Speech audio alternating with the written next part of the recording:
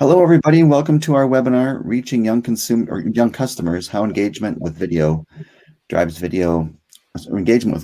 Advertising Success on TikTok. I'm Quirk's editor, Joe Ridholm, and before we get started, just wanted to go over a couple of ways you can participate in today's discussion. You can use the chat tab to interact with other attendees, and if you'd like to ask questions of the presenters, you can use the Q&A tab to submit questions during the session, and our speakers will answer them after the presentation. Our presenters today are Jeff Bander, Chief Revenue Officer at iSquare, and Matthias Rodensee, Research Director at iSquare. Jeff, take it away. Thank you, Joe. I want to thank everyone for joining iSquare's presentation on how to reach young consumers.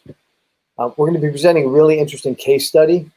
It focuses on young consumers on TikTok and how their level of engagement with video drives advertising success.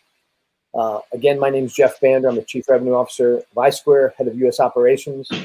I'm located in beautiful Brooklyn, New York, and I'm going to have Matthias introduce himself now. Yeah, my name is Matthias Rodensee. I'm very happy to present together with Jeff. I'm the Research Director of iSquare. I'm working in the Brand and Media Department, and also I'm responsible for the method and innovation development at iSquare. My home base is a small town close to Berlin, so I'm from the other side of the Atlantic Ocean. Thanks, Matthias. Matthias is going to go over the case study. I'm going to do a brief intro on the company and a little bit about the study. You can go to the next slide. Yeah. Just a little bit about iSquare for those of you who don't know us. Company was founded in 1999 in Berlin, Germany, where our headquarters are. We're now in 6 countries, London, Hong Kong, Tokyo, New York. New York office was launched in 2017. And last year we opened up in India. We have 82 consultants throughout the world. We started in 1999 with eye tracking and implicit reaction testing. We probably have one of the largest benchmark databases of implicit data. We have a US patent, and I'm going to be talking a lot about System Zero, which is really a groundbreaking technology in market research. In fact, right now, 8 of the top 10 innovative companies listed on the GRIT report are using this technology. Next slide.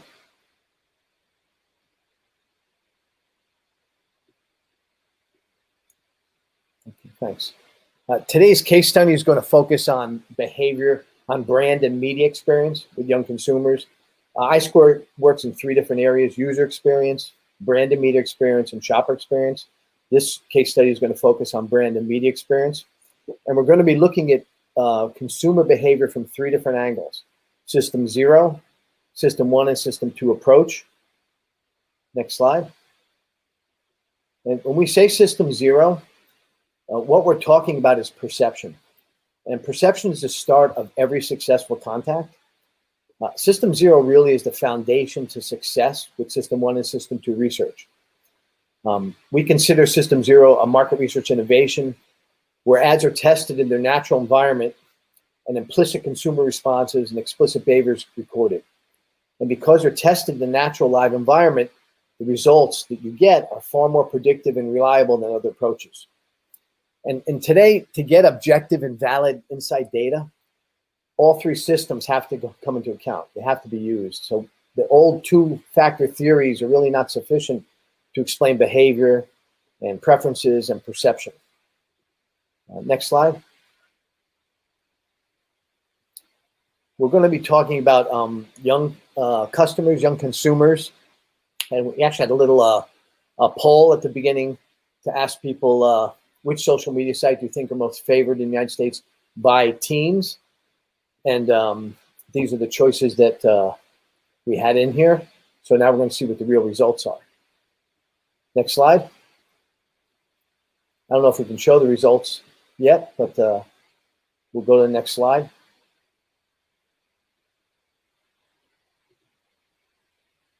I don't know if it's, there we go.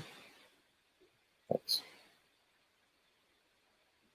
It's really important to get a deep knowledge of how young consumers can, go back one, please.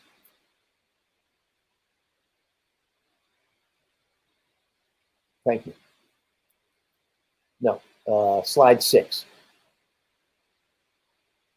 Thank you. Yeah. It's important to have a deep knowledge of how young consumers are consuming media. And this is a Pew Research that was conducted in the first quarter of this year. One more after that.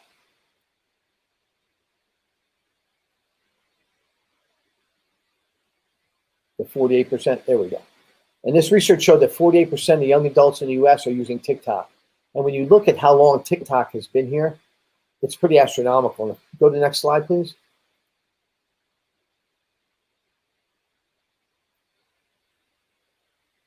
Thank you. Now, this slide tells a lot. It's really interesting. This survey was done. Oh, yeah, thank you. This survey was done in November of 2020 with 9,800 teens. And it asked them, what was your favorite social media platform? And this was done over 5 years, from 2015 to 2020. The average age in this study was almost 16, 15.8. In 2020, 29% of the teens picked TikTok as their favorite social media platform. And this all happened, if you look at the graph, in less than a year. Pretty astronomical. You see that the line's going almost straight up for TikTok. Some other things that really stand out. Twitter in 2015 had 12% of the teen market. Now they're at 3%. Facebook, I think this is really interesting. 2015, 21% of teens were their favorite was Facebook. Now it's 2%. So they basically have gone out of favor with the youth. Instagram has gone up and down. In 2015, they were 29%. Now they're 25%. Snapchat was 11% in 2015. They went all the way up to 46% in 2017. And as you can see, since TikTok has come on board, they've dropped from 46 to 34. What really stands out on TikTok, that in this short amount of time, they've really got a huge percent of the teen market. And I think another really important thing to point out that this graph shows is change. I think you look at Facebook going from 21 to 2% in 5 years. We live in a world, as we've seen in the last few years, more than ever, change happens fast. It can be dramatic.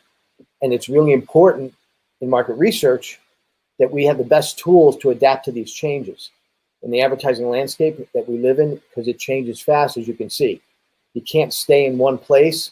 You've got to really have your finger on the pulse of what's going on. And we really see System Zero as a foundation to measure that change and adapt to it. Next slide.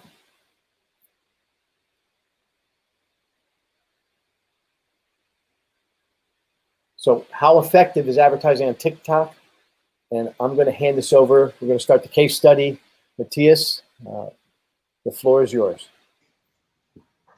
Yeah, thank you, Jeff. I'm happy to present results of a case study today about effectiveness of advertising on TikTok. And in order to put this into perspective, you will not only hear about advertising on TikTok, but also how it compares with a more classical approach of reaching young consumers, namely by reaching them via pre-rolls on YouTube, which is more classical and also a practice that is conducted very often. So I will present today results of a case study.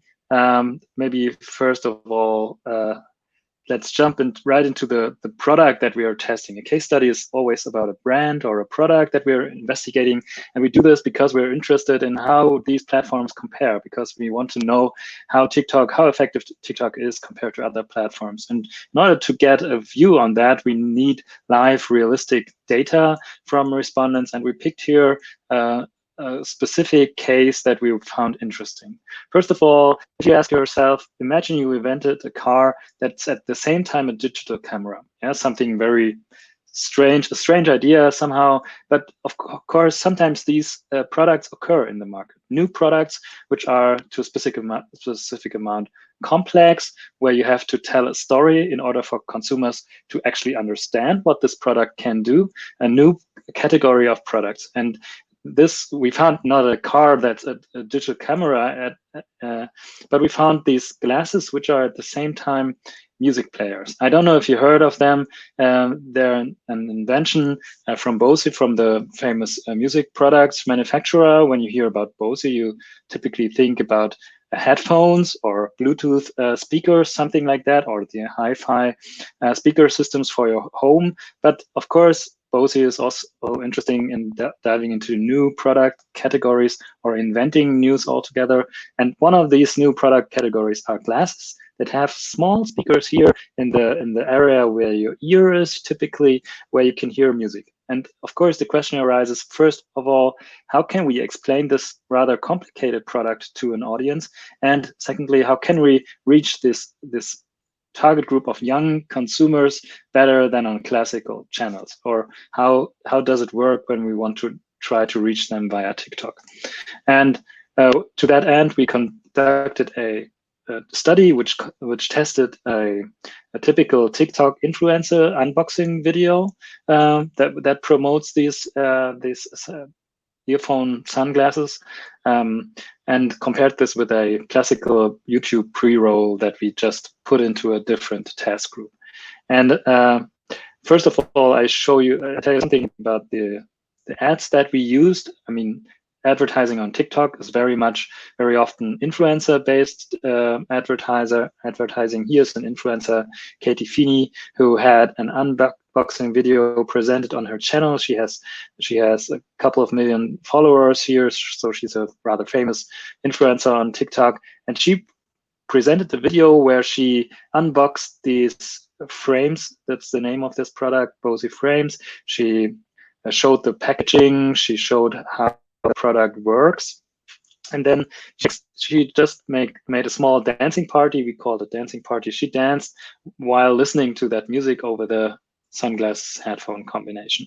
So that's the first ad that we used for this test. And the second, in comparison to that, was a rather laid back pre-roll ad that we used on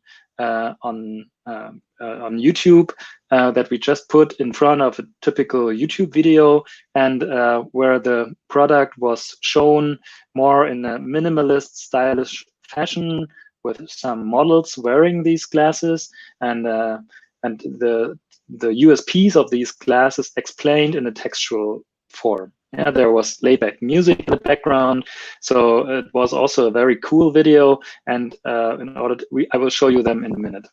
Maybe something important that I didn't explain until here was, how do we test these ads against each other?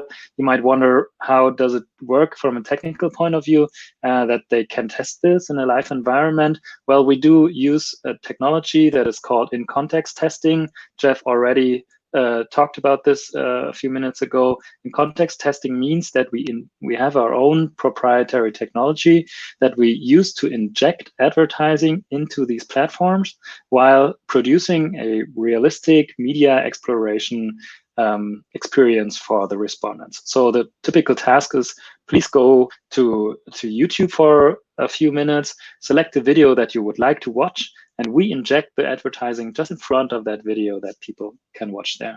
And the same applies to TikTok. We send people to a TikTok profile. It's a public mock-up profile. It just looks and behaves just like TikTok in the real life. People scroll through it and swipe through it, and upon swiping to the second or third part in their timeline, they find the video that we want to test. And after this test, they are directed back to our survey, where we ask them standard questions about recall, image, purchase intent, and so on. And we conducted a study here where we sent people to either TikTok or to YouTube. I show you this in a short video. This video doesn't have sound, or you don't hear the sound, but it's not necessary to hear the sound here. We see the first video is a demonstration of the experience of the respondent on TikTok. You see how he or she scrolls through the feed, sees a Will Smith video, and if we wait a few seconds longer, we have the video of Katie Feeney here. And this is something that we injected into the timeline in order to test it with real consumers in an online panel. So that's the first video. I press the pause here in order to show you the second example. Now we move to YouTube, and we have a consumer explore YouTube on his own free will. So there's a playlist of popular videos. The task is please select the video that you would like to watch, and we inject this pre-roll here. We are free to decide whether this is skippable or non-skippable. In this case, it was skippable, and we can also specify advertiser name, landing pages, comments, likes, and so on. So it looks realistic, and we think that this is a very important cornerstone of our testing philosophy, because it produces real user behavior when you provide the user with a realistic platform to test on. So what are the results of this study? First of all, maybe some key facts about the study. We tested with 100 consumers, 18 to 29 on each of these platforms, so 300 in total. We have a control group which did not see any advertising but was asked about BOSI afterwards. And then we have a test group on TikTok and a test group on YouTube. We made sure that these consumers are comparable with regards to their age, gender, education, and so on. And the second, and the study lasted for 15 minutes. So it's a rather short media exploration study. Now, first, let's have a look at the playback of these videos. How long do consumers play them in their timeline or when they are presented as a pre-roll? You see here the curves, and these so-called retention curves show you how many of the initial consumers which see the first second stay on for more than 1 second. And you see here the ads of these videos are typically, in this case, they are 27 seconds long. And you see this steep decay here with the YouTube video. See right after 5 seconds, when the skip button becomes active, most people use this skip button very early on in the video, so that after 7 seconds, only 40% of viewers or even less are there. And towards the end of the video, there are only 10% or something watching the video until the end. And it's all the opposite with TikTok. You see a much smoother decay. So there's no point where all of the people decide to scroll away. There's more like a gradual decay. And more importantly, more people stay until the end of this video. They watch it all the way through because they are interested in the story of the video. So we see that the video on TikTok evokes more interest from the point of view of the customers. And then it comes as no surprise that the recall of the brand is much higher for the video on TikTok than it is for the video on YouTube. You see here the recall rate, it's the aided recall. Have you seen of advertising of one of these brands?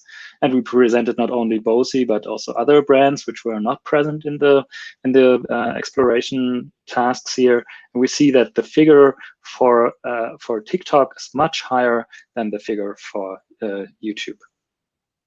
So now we see a poll here. Have you ever considered using TikTok as an advertising platform?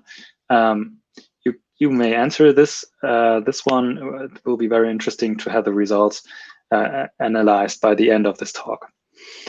Now, when we have a look at the recall, we see that TikTok was much more effective than YouTube in this instance, but there's of course more to producing branding effects than the pure recall. For instance, we are also interested in seeing how this recall rate develops over time. So how long do people really have to watch the video until they get the brand message, oh, this was the BOSI ad? And we see here the development of the recall rate, the rate that we just saw in the chart before, but now split by how long people actually watched the video. And we see that the increase in recall rate, it's much steeper for the TikTok ad than for the YouTube ad. So in the first 5 seconds, nothing much happens, but for the few people who are really interested in the advertising message or in this new product from BOSI, they stay with the video longer, and then the recalls slowly increases, so that people who stay longer than 13 seconds at least have a recall rate of almost 30%. But what we also see that the increase of TikTok is much steeper. And then we also asked about a set of brand image KPIs. For instance, how much do you trust this brand? Is this brand likable? Do you think it's worth paying a little more for the brand, for products of BOSI? Innovation. Does this brand understand you? Does it appear powerful? All these brand image KPIs that every brand is eager to improve here. And what we see is that the TikTok group had a much higher, more positive image of the Bose brand after seeing this video than the control group and then the YouTube group. The YouTube group here, the red graph, you see that it also evokes some brand image effects in terms of premium, likable, and trust, but not on the other dimensions. And this is something where we, of course, can say, well, this pre-roll ad from YouTube maybe was not as effective as the TikTok ad. And maybe if we go into diagnosis and try to find reasons why, especially this YouTube ad hasn't been the best choice here for Bose, it might be that the product, which is really rather complicated to explain, these are sunglasses with built-in headphones, that this is not really well communicated within the first 5 seconds. So that the logo is there only for a very short split second in the beginning of the video. There is no continuous display of the logo within the first 5 seconds. These are all screenshots from the first 5 seconds of the video. And you see also displaying the name and displaying site here. This is not enough in order to tell the whole story. And when you want to advertise on YouTube, you have to produce a moment of stickiness so that people will want to watch the rest of the video. So there's no mention of the USP that this is a combined headphone with the sunglasses with this added functionality. That's why people decide to move away from this pre-roll. This also becomes clear when we do a special analysis. What you see here as the red line, you might have noticed that the red line now is significantly more outside and almost at the same level as the TikTok line. What has happened now? We did use a filter, namely those people who recalled that they saw the Bose ad. So, and the people that recall the Bose ad, they say, well, Bose is a brand of high innovation. It's really premium and it's a powerful brand. All these indicators that show that there is a significant branding effect, but only those people who really understood that this is a Bose product. And this shows us that the presence of the brand is just not strong enough in this particular pre-roll compared to the TikTok one. So we would never say that YouTube is inferior to TikTok when it comes to advertising as a platform. But in this specific case, with this specific video, it was more effective to use the advertising on TikTok than on YouTube. And a last data chart that I wanted to show you is the development of the brand image indicators through over time. What we see here again is a split by people having watched the video for more than 0 seconds, more than 1 second, and so on and so on. And how all these brand image indicators, all these different colors, are the image dimensions that we tested, how they develop. And we see that there is a steep increase again on TikTok here, that the image increases already within the first 1 or 2 seconds and then stays rather stable. And for YouTube to reach the same level of brand image favorability, so to say, it takes much more time, and it especially takes more than 5 seconds. After 5 seconds, the people who decide to skip this ad after 6 seconds, we also see a small dip in the brand image evaluations, which we can interpret from a psychological point of view as being a reactance dip, so to say, that people move away from the ad and having a slightly worse brand image of Bose because they think that Bose wasted 5 seconds of their lifetime, so to say. All the people who stay longer, 8, 9, 10 seconds, they develop some favorability of the brand. So we see that in this case, the YouTube pre-roll was not as effective as the TikTok one, and the TikTok won this comparison here clearly. And now this brings us to an end of the presentation. You saw a lot of data today about the comparison of TikTok and YouTube, and what we want to give you as the guidelines for advertising on TikTok is that you have to take into account specific creative rules in order to make this platform an effective platform for your advertising business budget. For instance, use testimonials, use this kind of unboxing style, so to say, And we also showed that TikTok is a very effective platform when it comes to advertising new products to young consumers.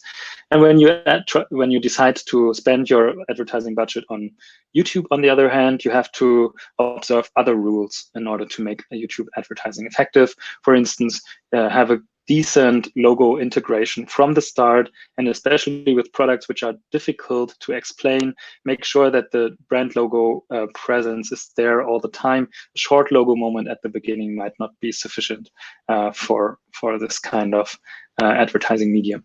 And of course, when you have a complicated product like Bose, you should try to make a reference to a famous mother brand all the time. That also makes sense. And there's, of course, more to learn about platform-specific advertising rules.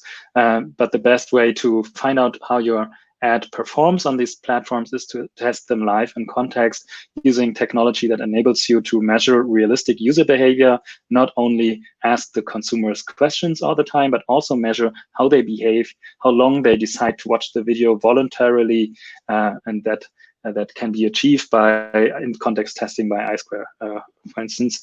Especially interesting this becomes, of course, when you compare yourself with benchmarking norms that are available there.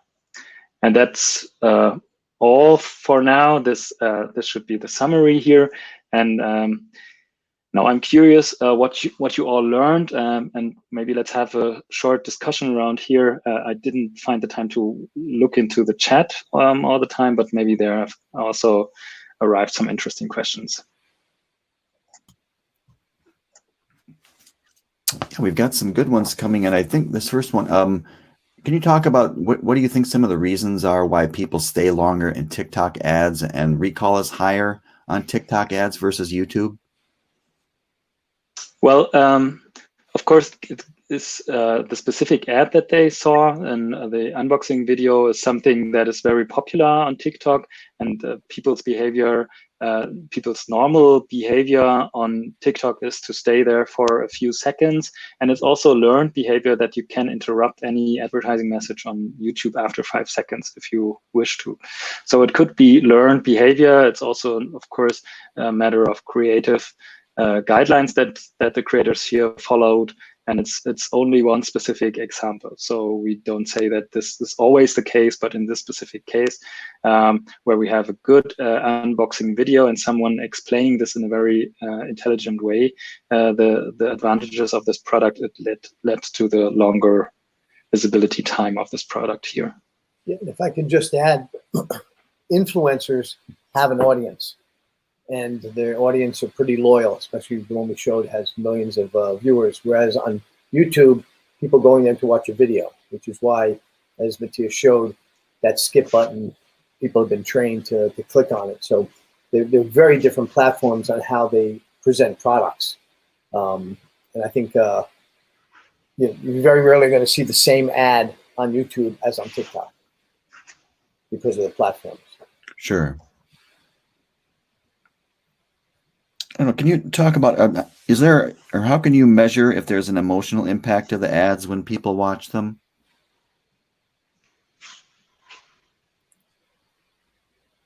Well, emotional impact is typically measured using the webcam of users. We can use the webcam to record behavior of respondents. We use algorithmic pattern detection technology in order to find out if people start to smile, for instance, when they come across advertising. And this is being used a lot in our online surveys. And it can be done in the live environment. Gotcha. And I think you might have covered this a little bit, but can you talk about how you recruit respondents and how the TikTok and YouTube experience is connected to the brand survey? Well, they are recruited via online access panels. There are many big online access panels in the market in the US, and we recruit people from all over the country, people who are regularly taking surveys, and we connect this technology with our surveys with a a simple technical handover from the survey to the testing environment, and from the testing environment back into the survey. So we have the complete freedom to put this media exploration task wherever we want to. Typically, it's in the beginning of the survey. We first do a screening, ask whether people use this platform, how old they are, and so on. And if they qualify for the survey, they are directed directly into the in context testing task. And from there, we send them right back into the survey.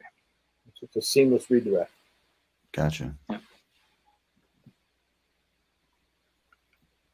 This might end up being sort of a personal opinion, but can you talk about what do you think specifically it is that young audiences like so much about platforms like TikTok?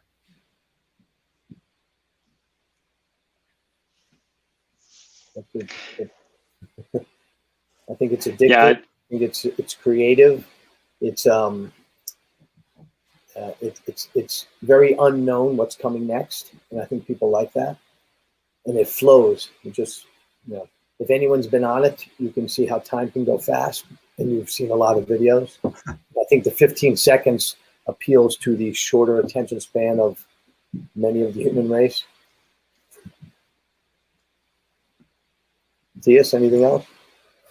No, I do agree. It's the correct length. It's the ease of use, also the seamless experience of one video after the other, with a touch of a finger. That is very easy to navigate all the time, and the algorithms that present you with new content all the time are very well set up, so that it's really, as Jeff says, it's a very addictive experience.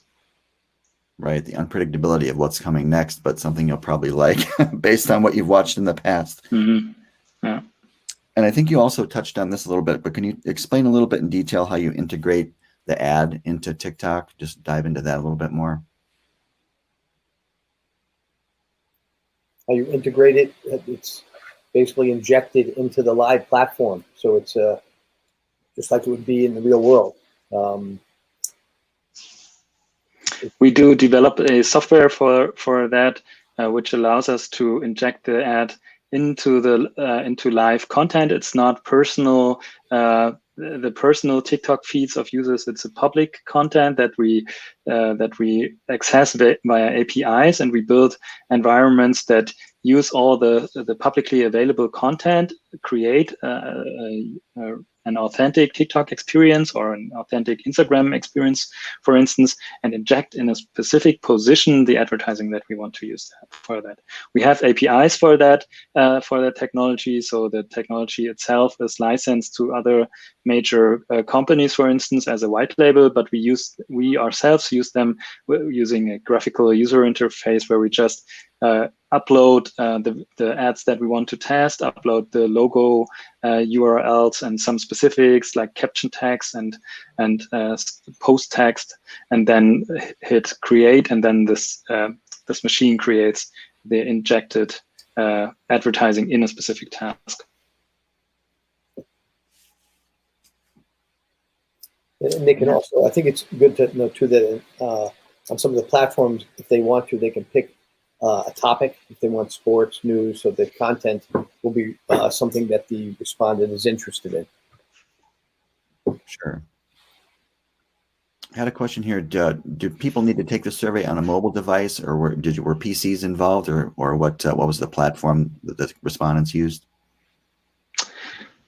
Well, in this specific case, we used only smartphones, because TikTok is only available on smartphones, and it's the most popular case here. But we are free when we test, for instance, Facebook or YouTube. We often split this across smartphone and desktop. We can create these ad injections on both desktop and smartphones.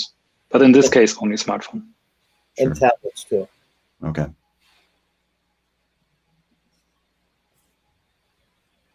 Do you have any sense of what the next big thing would be in brand lift that's coming down the pike?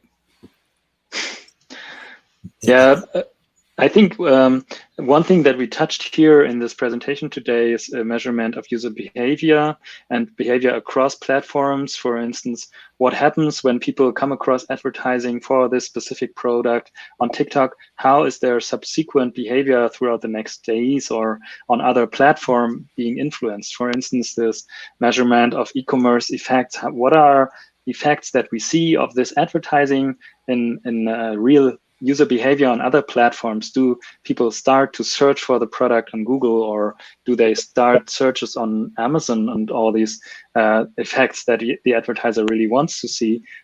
Trying to get statistics about this user behavior, creating platforms that allow us to measure with the same level of granularity, not only the branding effects on TikTok, for instance, the play duration, but also how long people spend in an e-commerce platform, and do they take the product into consideration? Do they hit the buy button, for instance? This is also an interesting field where we develop new technology in order to move a bit away from the standard branding questions or recall questions, because they can often be influenced by an overly high influence of the system too, so to say, and we want to get it as close as possible to this implicit behavior that people show, which is very predictive of future behavior.